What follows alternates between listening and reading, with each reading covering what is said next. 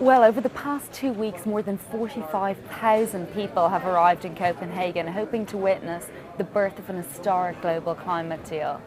Many of those who have turned up have been left disappointed before the final curtain was even drawn on the deal, as overcrowding left them out in the cold.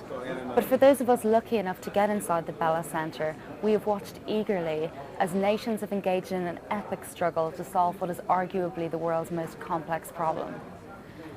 It's well past midnight here on the final day of the negotiations, and I'm absolutely exhausted. World leaders were supposed to sign a global deal here at 3 p.m. today, but who knows when that's going to happen. Press conferences have been scheduled throughout the day only to be cancelled. Something of a mob mentality has emerged among the press, with journalists literally chasing politicians down corridors and hanging around outside the plenary session, hoping to get a glimpse of what's going on. Somehow draft documents are being obtained surreptitiously and being passed around the press room, but really no one knows when a final deal will emerge. But we also believe that we will all be stronger, all be safer, all be more secure if we act together.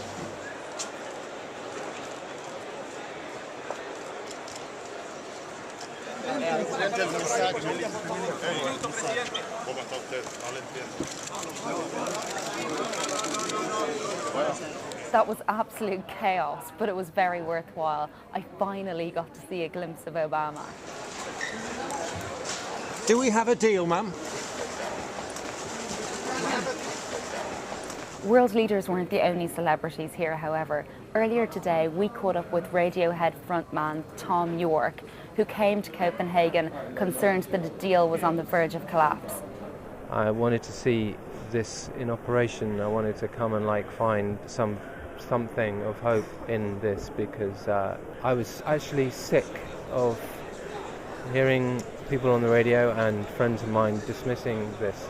So have you found hope here? Not a fucking lot, no. No? What would you like to see happen in the next 24 hours? I would have liked to have seen proper leadership from the EU. But with 200 nations here to broker a deal, what's the best possible outcome that could be hoped for?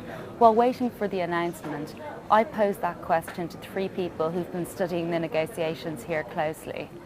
I wanted to know what would signal success for them in Copenhagen. I'd like to see 3 elements. We came into Copenhagen with some political pledges on the table. All of the major economies have put numbers on the table. I'd like to see those included in a final decision here. I'd also like to see some progress on the question of verification. How are we going to be sure that countries are actually keeping their promises? I don't know that we'll decide that fully here, but at least get started on that. And third, I think we need a firm deadline for getting to a legally binding agreement. Those are the 3 elements I'd like to see. For Copenhagen to be a success, I don't actually think in those terms, I have to tell you. I think the most important thing that could happen would be that Barack Obama would go home, tell the American people we need to get through the Senate a cap and trade bill, a carbon tax, and a gasoline tax, because we are going to take the lead in the world's next great global industry, clean tech. And we're going to tell China and Europe and Japan it's game on. We're now in the Earth race, okay? It's game on for who can invent the most clean technologies.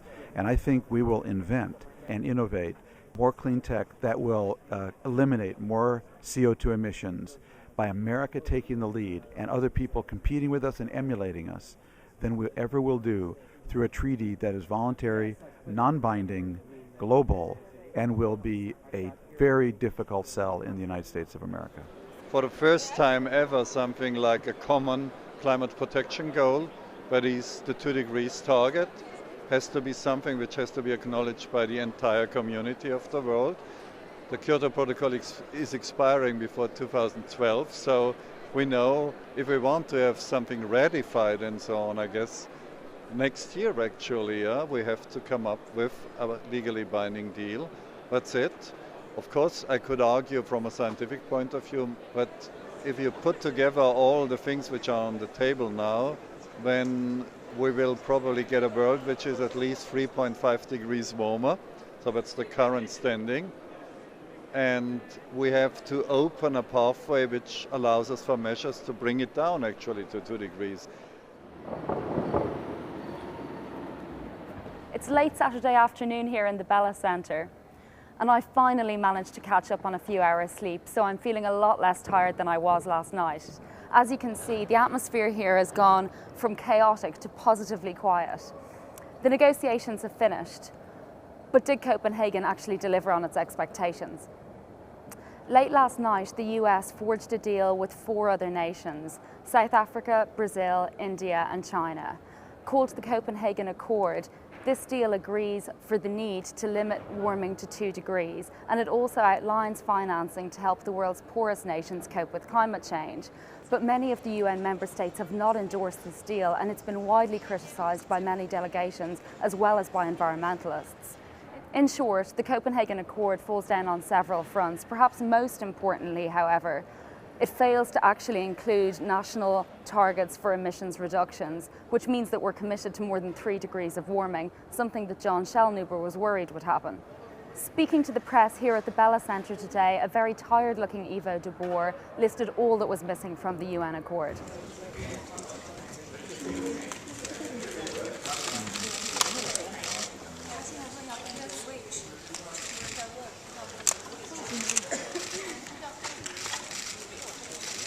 So, an impressive accord, but